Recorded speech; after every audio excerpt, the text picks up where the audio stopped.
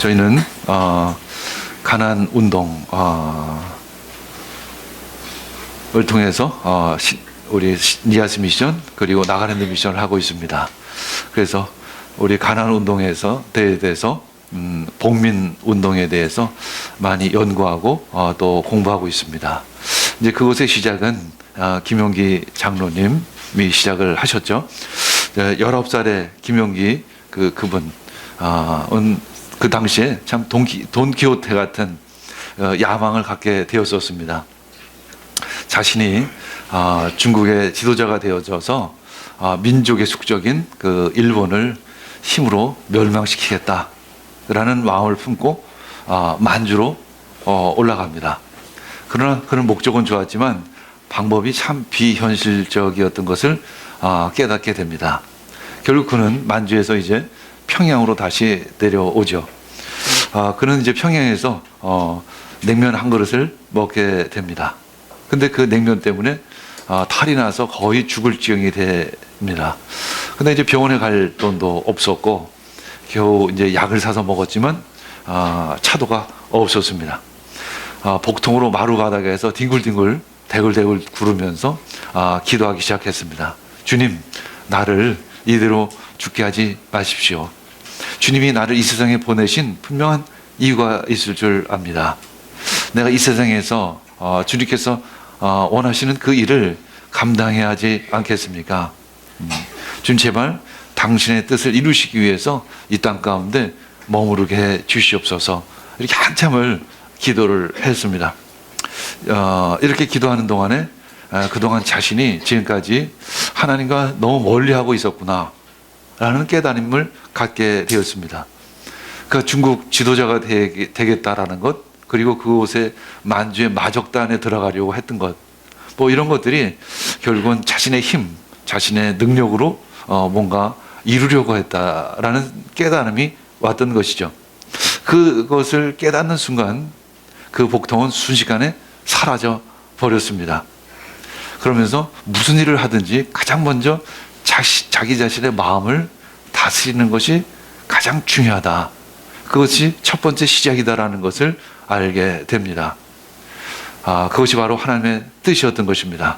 그래서 그는 이제 고향으로 내려가서 자신을 다스리고 또 가정을 세우는 일을 가장 먼저 하게 되죠.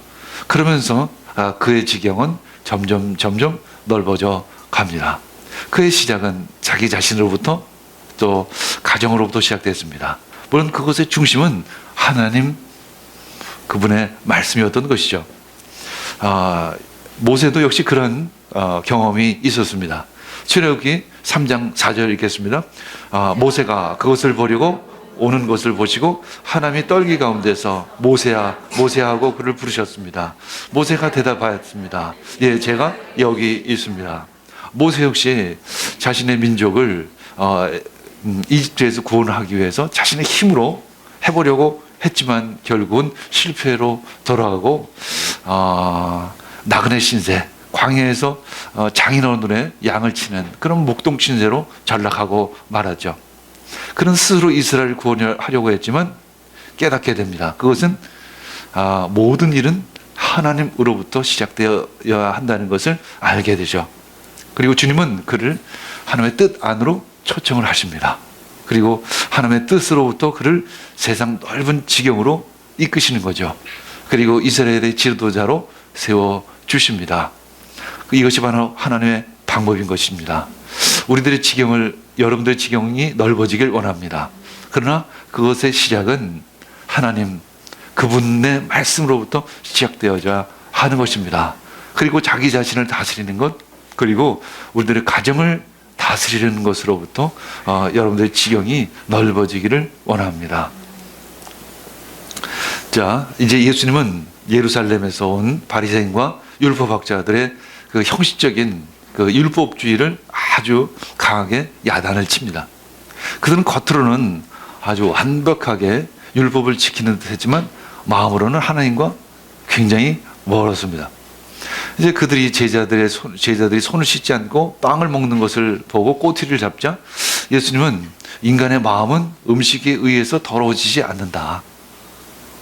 바로 너의 생각과 너희 입에서 나오는 그 더러운 말로 인해서 너 자신이 더러워진다. 이렇게 그들을 질타했습니다. 한마디로 너의 마음이나 먼저 깨끗이 해라. 그리고 제대로 신앙생활 해라. 이런 이야기인 것입니다. 우리 마음에 하나님의 영으로 충만하지 않으면 우리 안에서는 더러운 것밖에는 나올 것이 없습니다.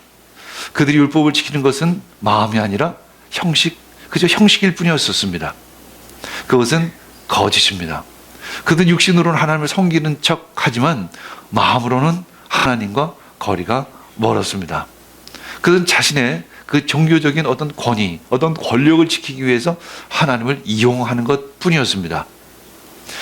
우리는 가끔 나를 위해 하나님을 이용하려고 하는 시도를 할 때가 있습니다. 자기도 모르게. 그러나 우리는 돌아서야 합니다. 하나님은 절대 우리에게 이용당하시는 분이 아니십니다. 우리가 신앙생활하는 것도 자기 자신을 위해서 혹은 내 가정을 위해서 신앙생활을 하는데 그러면 안 됩니다. 우리는 오직 하나님을 위해서 그리고 이웃을 사랑하기 위해서 우리는 신앙생활을 해야 하는 것입니다. 예수님은 그들의 거짓을 적나라하게 드러냅니다. 예수님은 가끔 하나님의 말씀을 통해서 우리들의 심령을 드러낼 때가 있습니다. 그때 하나님 앞에 솔직해지기를 원합니다. 그리고 하나님 앞에 회개하기를 원합니다. 도망가지 않기를 원합니다. 드러낼 때 드러내시기를 원합니다. 이제 그 종교 지도자들은 더욱 저기에 차서 예수님을 제거할 계획을 짜죠. 이제 예수님은 잠시 아무도 모르게 먼 지역으로 이동을 하십니다. 마태복음, 마가복음 7장 24절 읽겠습니다. 예수께서 거기에 일어나셔서 두로 지역으로 가셨다. 그리고 어떤 집에 들어가셨는데 아무도 그것을 모르기를 바라셨으나 숨어 계실 수가 없었다. 이제 예수님께서는 게네사렛을 떠나서 서북 쪽에 있는 두로 지역으로 이동을 하십니다. 그곳은 이제 게네사렛에서 한 50km 정도 이제 걸어서 간다면 거의 이틀을 꼬박 가야만 하는 긴 거리였습니다. 유대 지도자들이 워낙 반대가 심했기 때문에 어떤 의미에서 잠시 숨을 고르는 그런 시간을 갖기 위해서 두로 지역으로 옮기셨습니다. 그래서 예수님은 자신의 신분을 숨기고 어떤 아는 집에서 묵으려고 계획을 잡으셨습니다. 예수님은 그 하나님의 때를 위해서 숨 고르기를 하신 것이었습니다. 지금 연말입니다. 이번 주에는 성탄 감사 예배가 있죠. 그리고 얼마 지나지 않으면 새해가 다가옵니다. 연말은 특별히 숨 고르는 시간이 되기를 원합니다. 연말 이 시간 새해를 준비하는 마음으로 이제 한 해를 돌아보고 하나님이 새해에 나를 통해 무엇을 하기를 원하실까? 그리고 지난 한 해 혹시 하나님과 멀어졌던 부분은 없었는가? 하나님 뜻과 다른 방향으로 가고 있지는 않은가? 한번 돌아보는 그런 귀한 시간 되기를 원합니다. 연말 숨 고르는 시간이 우리에게는 필요합니다. 모세는 자신의 시간이 하나님보다 너무 빨랐다는 것을 나중에 알게 되죠. 그는 자신의 힘으로 이스라엘을 구원하려고 했지만 물론 하나님도 같은 계획을 가지고 계셨습니다. 그러나 아직은 때가 아니었고 하나님의 방법이 아니었습니다. 결국 모세는 하나님의 방법 그리고 하나님의 때에 자신의 생각을 맞추게 되는 것이죠. 그것이 바로 숨고르기입니다. 그래서 하나님은 그에게 광야의 시간을 통해서 하나님과 시간과 방법에 그것을 맞추기를 원하셨던 것입니다. 요즘 시계는 우리가 정확하지만 옛날 시계는 가끔 시계가 빨리 가거나 상당히 늦게 가는 경우가 있었어요. 그래서 일주일에 한 번 정도는 이 분침을 한 5분 정도 빠르게 하거나 또 늦춰서 정확한 시간에 맞추는 것입니다. 우리의 시간도 그런 시간이 필요한 것이죠. 하나님의 시간에 나의 시간을 맞춰야 하는 것입니다. 하나님의 방법에 내 방법을 맞춰야 하는 것이죠. 가끔 어떤 무지한 경우에는 하나님의 내 때에 맞추기를 원하고 하나님의 방법이 내 방법에 맞추기를 원하는 사람이 있습니다. 그러나 절대 하나님은 양보하지 않으십니다. 그것만큼은 양보하지를 않으십니다. 하나님은 하나님의 방법대로 하나님의 때에 하나님의 일을 하십니다. 우리가 기도하는 이유는 우리가 하나님의 때 하나님의 방법에 나를 맞추기 위해서 기도하는 것입니다. 왜 응답이 안 오는지 아십니까? 하나님이 우리의 응답을 기다리고 있기 때문에 그런 것입니다. 여러분들이 먼저 하나님께 응답하시기를 원합니다. 그래서 우리는 기도하는 것입니다. 하나님을 자신의 수준에 끌어내리는 것이 아니라 하나님은 우리를 하나님의 수준으로 끌어올리기를 원하십니다. 제자들은 유대 지역에도 아직 해야 할 일들이 굉장히 많은데, 그리고 일이 이렇게 잘 되는데 왜 굳이 그 이방 지역 그 두로까지 가실까? 뭐 그런 생각을 했을 것입니다. 아마 그들은 이방 지역 깊은 곳으로 떠나시는 예수님을 이해하지 못했을 것이죠. 아마도 예수님이 지금 시간을 허비한다고 생각을 했을 것입니다. 하나님은 우리의 길을 막고 다른 곳으로 돌릴 때는 어떤 새로운 계획이 있으시다는 것입니다. 우리는 그 하나님의 인도하심, 하나님의 움직이심을 사실 예의주시해야 합니다. 그것이 바로 기도인 것이죠. 바울 사도가 아시아에서 복음을 전할되었습니다. 복음이 아주 흥황하게 전해지고 있었습니다. 이제 아시아의 여기저기에 교회가 세워지고 있었습니다. 일이 너무 잘 됩니다. 그런데 어느 순간 성령님이 그 일을 막으십니다. 왜 성령님이 그 일을 막으실까? 사도행전 16장 6절에서 7절 읽겠습니다. 아시아에서 말씀을 전하는 것을 성령이 막으심으로 그들은 부르기아와 갈라디 지방을 거쳐서 무시아 가까이 이르러서 비두니아로 들어가려고 하였으나 예수의 영이 그것을 허락하지 않으셨습니다. 이때 바울 사도는 불평한 것이 아니라 기도했습니다. 깊이 기도했습니다. 꿈에까지도 기도했던 것 같습니다. 그때 밤에 잠을 잘 때 환상 가운데 나타났죠. 마게도니아 사람 하나가 환상 가운데 나타나서는 우리를 좀 도와주십시오, 이렇게 간청을 했던 것입니다. 바울 사도는 그 환상을 깊이 묵상을 했습니다. 도대체 이것이 어떤 의미가 있을까?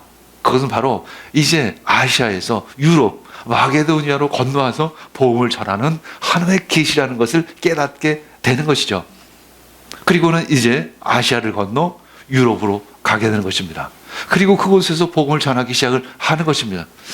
가끔 하나님은 우리를 막을 때가 있습니다. 그때 우리는 무릎을 꿇고 그 뜻이 무엇인지를 우리는 들어야 합니다. 그리고 하나님의 뜻대로 그 길을 가야 하는 것이죠. 자, 25절 26절 읽겠습니다. 악한 귀신 들린 딸을 둔 여자가 곧바로 예수의 소문을 듣고 와서 그의 발 앞에 엎드렸다. 그 여자는 그리스 사람으로서 시로페니키아 출신인데 자기 딸에게서 귀신을 쫓아내 달라고 예수께 간청을 하였다. 어디에나 하나님의 구원의 손길이 필요한 사람이 너무나도 많이 있습니다. 특히 연말에는 그런 분들을 봐야 될 줄 믿습니다. 하나님이 필요한 분들, 문제 가운데 있는 분들, 가난한 자, 소외된 분들을 우리는 돌아볼 수 있는 그런 눈을 갖기를 원합니다. 그리고 그분들을 예수님 앞에 초청하시기를 원합니다. 그녀 역시 딸이 너무 힘든 상황에 있었죠. 그래서 그녀는 예수님 앞에 달려왔습니다. 그리고 예수님 앞에 무릎을 꿇었습니다. 그리고 간절히 기도합니다. 간절히 구하는 것이었죠. 그녀는 페니키아 출신, 그리스 사람이면서 시로 페니키아 출신이었습니다. 아마도 그리스말을 하는 사람이었다라는 것이죠. 이제 복음이 그리스 사람에게까지 전해지는 순간이었던 것입니다. 로마서 1장 16절 읽겠습니다. 나는 복음을 부끄러워하지 않습니다. 이 복음은 유대 사람을 비롯하여 그리스 사람에게까지 이르기까지 모든 믿는 사람을 구원하는 하나님의 능력입니다. 복음의 지경은 유대만이 아니라 온 열방 가운데 전해지는 것이 바로 하나님의 뜻이었던 것입니다. 이제 그녀는 딸의 구원이 간절했습니다. 그래서 마태복음에 보면 다윗의 자손이신 주님, 나를 불쌍히 여겨 주십시오. 내 딸이 귀신이 들려 괴로워하고 있습니다. 그때 예수님께서 대답을 합니다. 나는 오직 이스라엘 집에 길을 잃은 양들에게 보내심을 받았을 따름이다. 이렇게 말하시는 것은 바로 내 동족 이스라엘 사람들에게 내가 보내심을 받았지 너에게 보내심을 받은 것이 아니다. 이렇게 말씀을 하는 것입니다. 예수님은 처음에는 그녀를 거부하는 듯 했죠. 그때 27절 읽겠습니다. 예수께서 그 여자에게 말씀하셨다. 자녀들을 먼저 배불리 먹어야 한다. 자녀들이 먹을 빵을 집어서 개들에게 던져주는 것은 옳지 않다. 마가복음에서는 또 예수님께서 이렇게 그를 아주 멸시하는 경멸조로 너는 개다. 이렇게까지 말씀하십니다. 이 자녀, 즉 복음은 먼저 유대인에게 전해져야 한다는 것입니다. 먼저 유대인에게지만 후에는 바로 이방인에게 복음이 전해질 것이다라는 것을 암시하는 내용입니다. 이것은 일시적인 시간 차이입니다. 이제 얼마 지나지 않으면 이방인에게도 복음이 전해질 것이다 라는 것을 암시하는 내용인 것입니다. 지금 예수님이 그녀를 거부한 것처럼 보이지만 사실 이방인의 때가 왔다는 의미인 것입니다. 아마도 제자들은 유대인이었기 때문에 이방인에게 복음이 전해지는 것에 대해서 굉장한 거부감을 가지고 있었을 것입니다. 그래서 27절 이 말씀은 사실은 예수님의 마음이라기보다는 제자들의 심정이었던 것이죠. 이제 주인이 먹지 않는 그 부스러기를 이제 개들이 먹을 때가 가까이 왔다는 것을 의미하는 것입니다. 로마서 15장 10절 11절 읽겠습니다. 또 이방 사람들아 주님의 백성과 함께 즐거워하여라 하였으며 또 모든 이방 사람들 주님을 찬양하여라 모든 백성아 주님을 찬양하여라 하였습니다. 결국 복음을 통해서 모든 사람들이 모든 열방이 하나님을 찬양해야 할 때가 와야 하는 것이죠. 하나님의 구원은 물론 유대인에게 우선권이 있었지만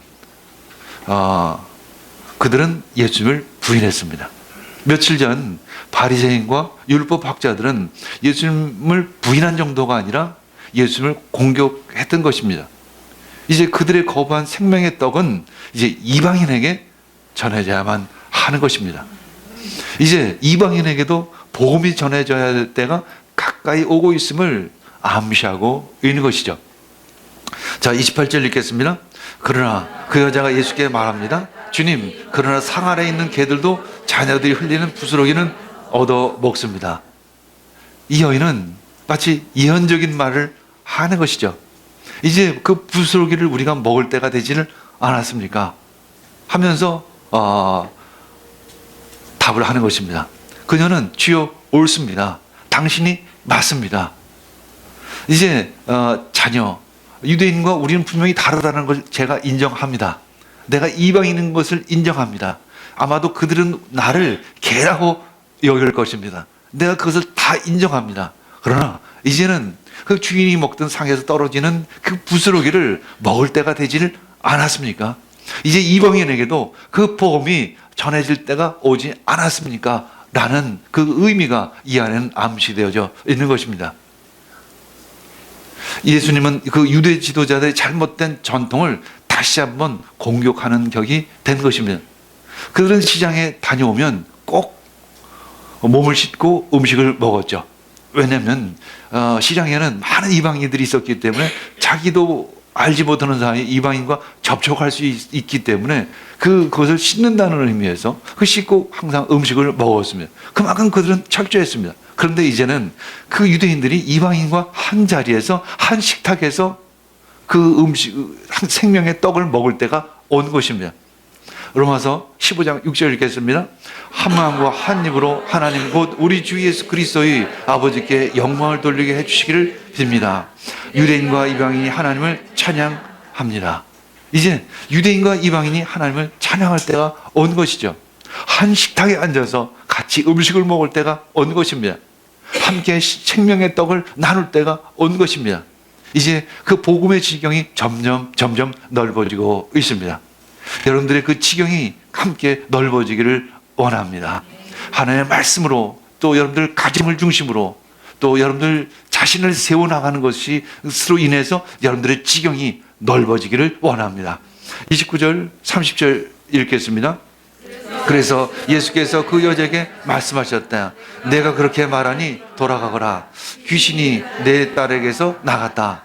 그 여자가 집에 돌아가 보니 아이는 침대에 누워있고 귀신은 이미 나가고 없었습니다. 그래서 예수님께서는 그 여자에게 말씀하셨죠. 네 믿음대로 될지어다. 너의 믿음대로 될지어다. 마태복음은 그렇게 기록하고 있습니다. 여자여, 참으로 너의 믿음이 크다. 너의 소원대로 될지어다. 그리고 그 여자가 집에 돌아가 보니 아이는 침대에 누워 있었습니다.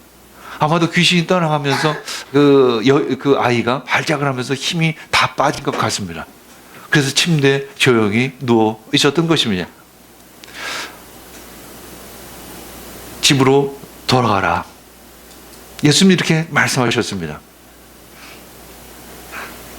이것은 이제 복음이 온 열방에 전해질 것을 암시하고 있는 것이죠. 예수님이 이 시간과 공간을 넘어서 능력을 베푸신 것입니다. 바로 그 시각에 그 여인의 딸이 나은 것입니다. 모든 어둠의 세력들이 떠나가고 있습니다. 모든 이방인 지역까지도 이 어둠의 세력들이 떠나가고 있음을 지금 보여주고 있는 것입니다. 한 아이가 회복되어진 것 이상으로 그 지역이 회복되어지고 있다는 것입니다. 그것이 중요합니다. 이 마포 땅이 회복되어지고 있습니다. 온 서울 땅이 회복되어지고 있습니다. 우리는 그것을 바라볼 수 있는 눈을 갖기를 원합니다. 역대상 4장 10절 우리 야베스의 기도가 나오죠. 우리 함께 읽겠습니다. 야베스가 이스라엘 하나님께 나에게 복의 복을 더해 주시고 내 영토를 넓혀 주시고 주님의 손으로 나를 도우시며 불행을 막아 주시고 고통을 받지 않게 하여 주십시오 하고 간구했더니 하나님께서 그가 구한 것을 이루어 주셨습니다. 야베스는 하나님께 부르짖었습니다. 간구했습니다. 여러분들 연말에 세상 일로 바쁘지 않기를 원합니다. 사람들 만나는 일로 바쁘지 않기를 원합니다. 지금은 기도할 때입니다. 새해를 준비할 때입니다. 그리고 한 해를 돌아볼 때입니다. 여러분들 더욱 기도하시길 원합니다. 여러분들 누구하고 만나는 것보다, 연말을 즐기는 것보다 주님 하나님 앞으로 나가는 그런 여러분들 되기를 원합니다. 지금이 굉장히 중요한 때이죠. 여러분들 한 사람 한 사람 가운데 굉장히 중요한 때입니다. 주님께 부르짖길 원합니다. 그 부르짖는 자리로 나아가길 원합니다. 나에게 복의 복을 더해 주십시오. 내 영토를, 내 지경을 넓혀 주십시오. 나를 도와주시고 나의 불행을 막아주시고 고통을 받지 않게 주십시오. 이렇게 기도할 때입니다. 그 기도를 주님께서 응답하실 줄 믿습니다. 그리고 여러분들 지경을 활짝 열어주실 줄 믿습니다. 무릎 꿇고 기도하는 그 연말, 또 성탄절, 또 새해가 되기를 원합니다. 그때 여러분들 모든 문제를 해결시켜 주실 줄 믿습니다. 여러분들의 고통을 제거하실 줄 믿습니다. 우리들 지경을 활짝 넓혀 주실 줄 믿습니다. 우리 함께 기도하겠습니다. 주님 감사합니다. 2000년 전 주님께서 이 땅 가운데 오셨습니다. 오셔서 생명의 떡을 우리들에게 나누어 주셨습니다. 저희들이 어둠에 사는 것이 아니라 빛 가운데 사는 것을 알고 있습니다. 빛 가운데 행할 수 있길 원합니다. 이 연말 저희들이 주님의 말씀으로 살아갈 수 있는 저희들 되게 주시옵소서. 하나님 앞에 무릎을 꿇는, 간구하는, 부르짖는 우리 되게 주시옵소서. 주님, 새해를 준비하는, 그리고 우리들의 지경을 넓혀 주실 그 주님을 기대하는 그런 귀한 시간 되기를 원합니다. 이 모든 말씀 예수님의 이름으로 기도합니다.